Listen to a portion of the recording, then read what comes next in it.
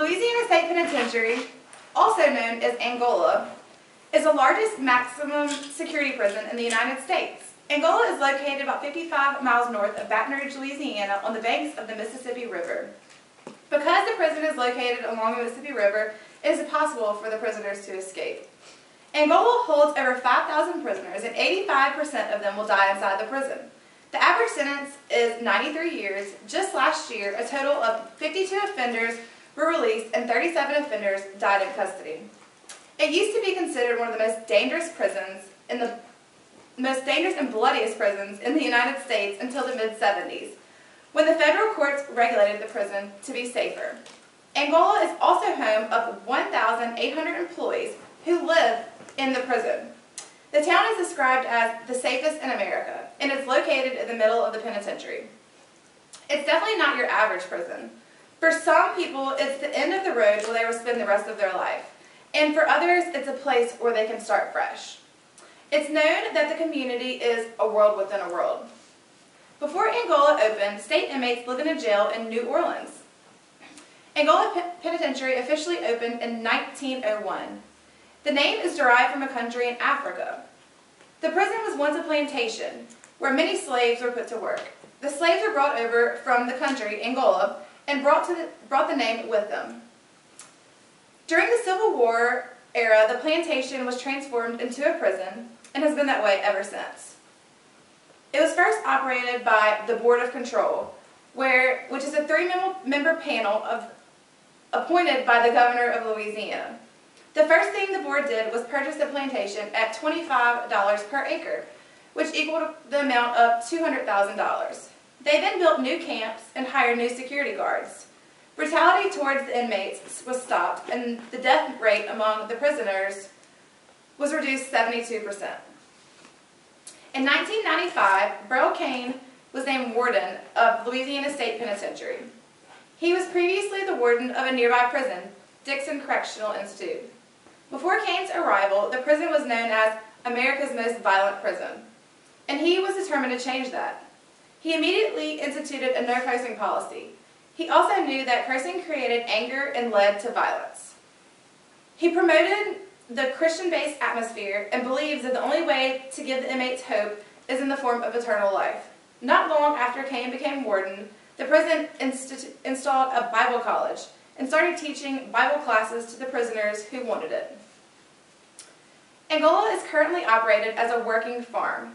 Cain believes that the only way to run a peaceful prison is to keep the inmates busy, working during the day so that they're tired at night. The prison naturally feeds 11,000 inmates a day. Not only do they raise vegetables for their own inmates, they also provide vegetables for the Dixon Correctional Institute and the Hunts Correctional Institute. The vegetables are farmed with mules, and then they're picked by the prisoners. Some inmates do not work in the field, and they're kept in isolation in their cells or in a long-term solitary confinement. Hundreds of cattle are kept on the Angola premises also. As of 2010, the prison has 2,000 heads of cattle. Warden Burl Cain believes that even the most hardened criminals deserve to be well cared for, especially as they reach the end of their lives. In 1997, he created the Angola Hospice Program, which is largely supported by other inmates. When a terminally ill patient is too sick to live among the general population, he is transferred to the hospice ward. In the hospice ward, inmate volunteers, most of them serving life sentences themselves, care for them. They go through great lengths to ensure that the dying inmate has company during his final days.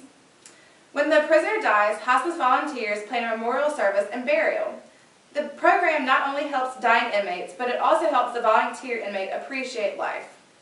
Angola has numerous programs to teach the prisoners trade, skill, and even art, to keep them busy and also let them feel needed and wanted. Burl Cain calls Angola the land of new beginnings. Whether a prisoner ever gets out or not, I would say that Angola Rodeo is an event that is conducted every year that most of the prisoners look forward to.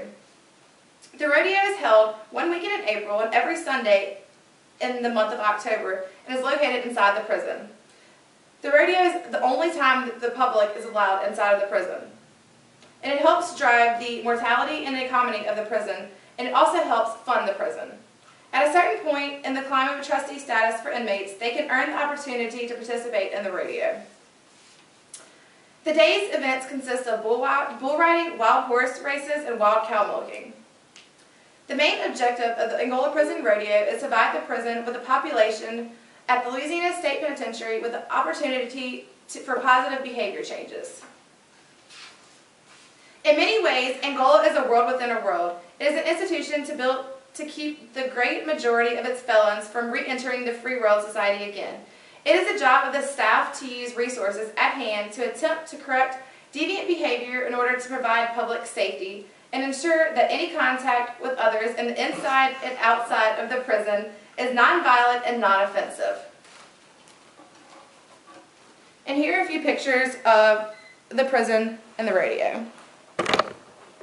That's Angola Prison, and it's on the banks of the Mississippi River. And this is the rodeo.